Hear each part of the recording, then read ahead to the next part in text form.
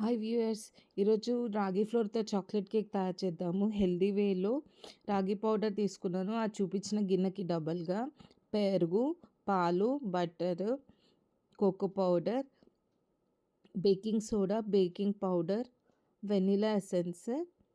ఇదొచ్చేసి dates powder అనమాట. నేను ఆన్లైన్‌లో తీసుకున్నాను.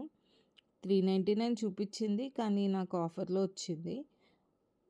ఈ గిన్నెలో అదే తీసుకున్నాను నేను. 1 గిన్నెకి కొంచెం తక్కువ. ఆయిల్ తీసుకున్నాను, 2 table spoons of oil.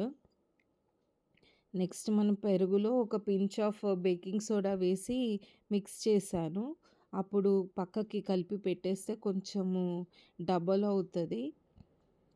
Half తీసుకున్నాను కదా, ఆల్మోస్ట్ మనకి 1 కప్ పైకి పొంగుతుంది. మనం ఇప్పుడు రాగి ఫ్లోర్ వేసుకుంటున్నాము గ్రైండర్లో. దీంట్లోనే బటరు, కొంచెము కోకో పౌడరు, ఆ డేట్స్ పౌడరు. ఇప్పుడు డేట్స్ పౌడర్ వేసాను, బటర్ వేసాను, కోకో పౌడర్ కూడా వేసాను. ఒక హాఫ్ టీ స్పూన్ అంత బేకింగ్ పౌడర్ కూడా వేసాను. ఒకసారి గ్రైండ్ చేశాను.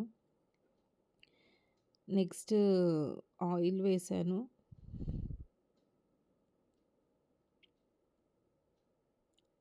మిల్క్, ఆ గిన్నెతో ఇంకొక గిన్నె కూడా వేసాను. వీడియోలో చూపించలేదు.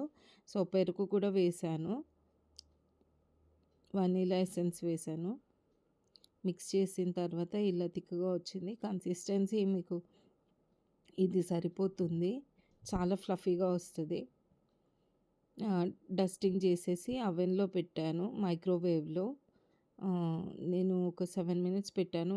మీకు ఇట్లా క్లియర్గా వస్తే అయిపోయినట్టే. లేదు ఇంకా కొంచెం తడిగా ఉందంటే ఇంకొక 2 నిమిషాలు పెట్టండి. చల్లగైన తర్వాత కట్ చేసి చూడొచ్చు.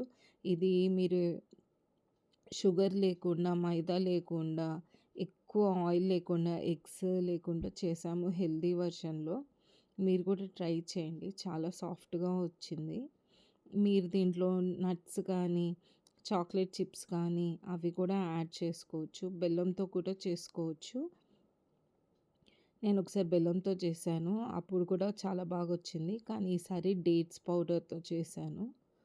చూడండి, మీకు కూడా నచ్చితే ట్రై చేయండి. చాలా తొందరగా 10 మినిట్స్‌లో అవుతుంది. Thank you.